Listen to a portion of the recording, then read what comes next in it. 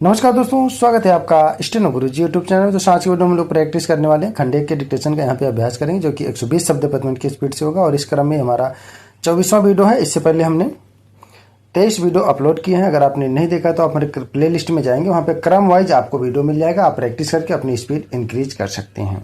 Video पसंद आए तो लाइक कर देना, और चैनल पर पहली बार आए तो सब्सक्राइब कर लीजिएगा, और साथ में नोटिफिकेशन बेल ऑन रखना, जिससे इंपॉर्टेंट वीडियो आपसे मिस ना हो। तो ज़्यादा समय न लेते हुए चलिए स्टार्ट करते हैं।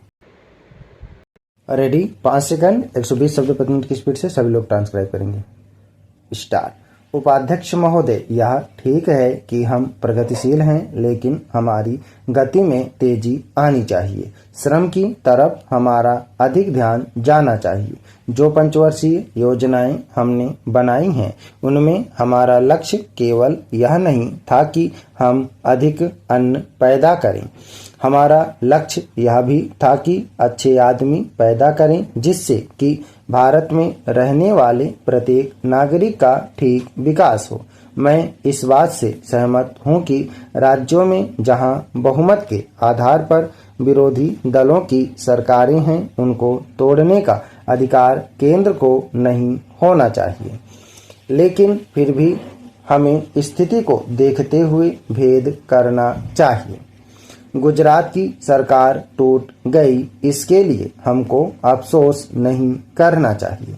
जहां तक इस बिल का संबंध है, मैं इसकी कमियों की तरफ आपका ध्यान दिलाना चाहता हूं, जिससे कि आपको उसे ठीक करने की प्रेरणा मिले और इसको आप ठीक करके वहां का काम चलाएं। इसका आशय यह भी नहीं है कि जो पार्टी सरकार चलाती है वह सब सही काम करती है, लेकिन फिर भी मैं यह मानता हूं कि जो गुजरात की सरकार टूट गई वह अच्छी बात हुई है। गुजरात के लिए आपने संसद सदस्यों की जो समिति बनाई है वह एक ठीक कदम है, लेकिन इस बात का आश्वासन भी आपको देना चाहिए कि राज्य और जिला स्तर पर जो समितियां आप बनाने जा रहे हैं, उनको सर्वदलीय बनाएंगे, ताकि जनता की जो कठिनाइयां हैं वे आपके सामने प्रत्यक्ष रूप से आ सकें और उनकी भावना के अनुसार वहां पर कुछ काम हो सके। अगर ऐसी व्यवस्था नहीं होगी और बाहर के लोगों को आप उन समितियों में रखेंगे जिनको गुजरात की समस्याओं का कुछ भी ज्ञान नहीं है, तो परिणाम यह होगा कि आप गुजरात की समस्याओं को हल नहीं कर सकेंगे। इसलिए मैं सुझाव देना चाहता हूं कि आप इसमें ऐसी कानूनी व्यवस्था करें कि जिससे विभिन्न स्तरों पर सर्वदलीय समितियां बनाई जा सकें और उनके माध्यम से सरकार के सामने सुझाव आए कि वहां पर किस तरह से काम होना चाहिए। गुजरात औद्योगिक मामलों में अन्य राज्यों से थोड़ा भिन्न है, फिर भी वहां की स्थिति यह है कि आज भी प्रति व्यक्ति आय 300 रुपये से अधिक नहीं है। आज गुजरात में अन्य राज्यों के मुकाबले सबसे अधिक कर लगे हुए हैं। यह उचित नहीं है। महोदय, आपने जिस उत्साह के साथ मेरा स्वागत किया है, उसके लिए मैं आपको धन्यवाद देना चाहता हूँ। आपने ठीक ही कहा है कि मेरा यहाँ आना पहली बार नहीं है। मुझे जहाँ तक स्मरण है, यह 5वां समय है जब मैं आपके इस सुंदर प्रदेश में आया हूँ। पहले पहल जब 1922 में यहाँ आया था, वह एक समय था और आज एक दूसरा ही समय है। उस समय मुझे यहाँ इसलिए आना पड़ा था कि देश के सारे बड़े बड़े नेता जेल में बंद थे। महात्मा गांधी जी भी जेल में थे और प्रायः यहाँ के भी नेता जेल में थे। दुर्भाग्यवश या सौभाग्यवश किसी प्रकार मैं बाहर रह गया था, और जब मुझे यह समाचार मिला कि इस प्रदेश में विशेषकर सरकार की ओर से बड़ी शक्ति हो रही है, तो मैंने सोचा कि यहाँ आना आवश्यक है। पूज्य मालवीय जी से मैंने इसका जिक्र किया तो वह बड़ी प्रसन्नता के साथ यहाँ आने के लिए तैयार हो गए। यद्यपि उनकी अवस्था उस समय अधिक थी, मैं तो उस समय नवयुवक था। हम दोनों यहाँ आए, यह आज से 32 वर्ष पहले की बात है और आपके इस सुंदर प्रदेश का मुझे पहले पहल परिचय मिला। कल जब मैं यहाँ आ रहा था तो मार्ग में मुझे वह जगह दिखलाई गई जहाँ मैं बहुत कठिनता से रात भर बैलगाड़ी पर चलकर किसी प्रकार पहुँचा था। अब तो यहाँ पर कुछ कुछ अच्छी सड़कें भी बन गई हैं और कल मैं यहाँ कई मील दूर से मोटर गाड़ी पर चलकर पहुँचा। पर उन दिनों यहाँ पहुँचने का साधन केवल बैलगाड़ी थी और मुझे बैलगाड़ी से घनघोर जंगलों में यहाँ के 3-4 स्वयंसेवकों के साथ जाना पड़ा था। जब मैं उन दिनों की तुलना आज से करता हूँ तो मालूम होता है कि इन कुछ वर्षों में कितना अंतर पड़ गया है।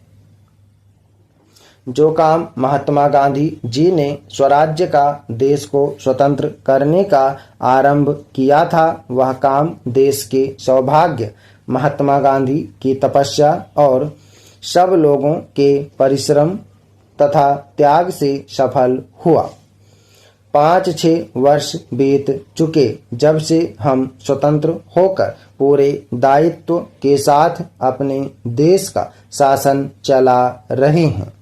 आज भारतवर्ष में ऐसा कोई स्थान नहीं है जहाँ के लोग अपना शासन स्वयं न चला रहे हों। महोदय, हमारा जो संविधान तैयार हुआ है उसमें भी इस बात का प्रयास किया गया है कि देश में लोकतंत्र पूरी तरह से लागू किया जाए और जनता को लोकतंत्र की सारी सुख सुविधा मिल सके।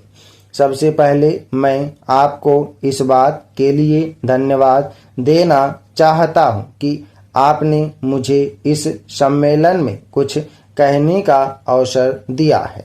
आपके सामने जो विषय आएंगे वे इतने महत्व के हैं कि प्रत्येक हिंदुस्तानी, चाहे वह किसी भी काम में लगा हो, उन पर कुछ ना कुछ ध्यान अवश्य देता होगा। यह एक मानी हुई बात है कि बच्चा जैसा तैयार किया जाता है वह बड़ा होने पर वैसा ही निकलता है।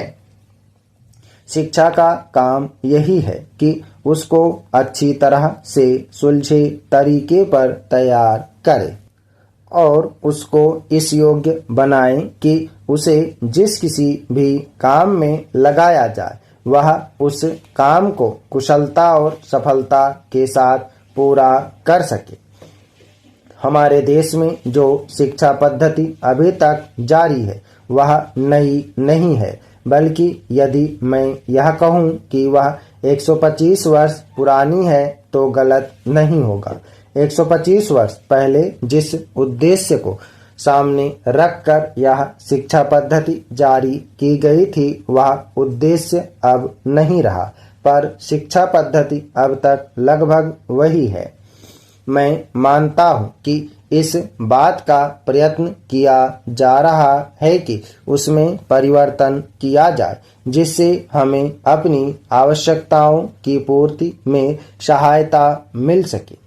जहाँ तक मुझे मालूम है इस काम में अभी तक हम सफल नहीं हुए हैं। मैं तो शायद यह भी कह सकता हूँ कि उस शिक्षा पद्धति को बदलने में जो प्रयास किया जाना चाहिए था वह अभी तक नहीं किया गया है। इस देश में या सभी देशों में शिक्षा के 3 भाग होते हैं। एक तो वह जिसमें छोटे छोटे बच्चों को शिक्षा दी जाती है, दूसरा वह जिसमें युवावस्था के पहले बड़े होने तक, और तीसरा वह जिसमें युवावस्था के विद्यार्थियों को शिक्षा दी जाती है। इन तीनों भागों की शिक्षा पद्धतियां अलग अलग हैं परंतु वे एक दूसरे से मिलती जुलती होती हैं और एक से दूसरे में जाने में कोई कठिनाई नहीं होनी चाहिए।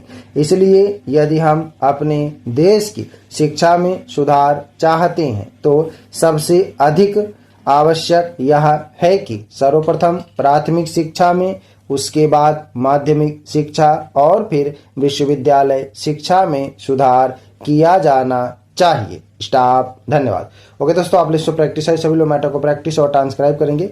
खंडे का डिक्टेशन है, प्रतिलेखन संख्या 70 71 72 है और ये आपका 23वां वीडियो है, 120 शब्द प्रति मिनट की स्पीड से है।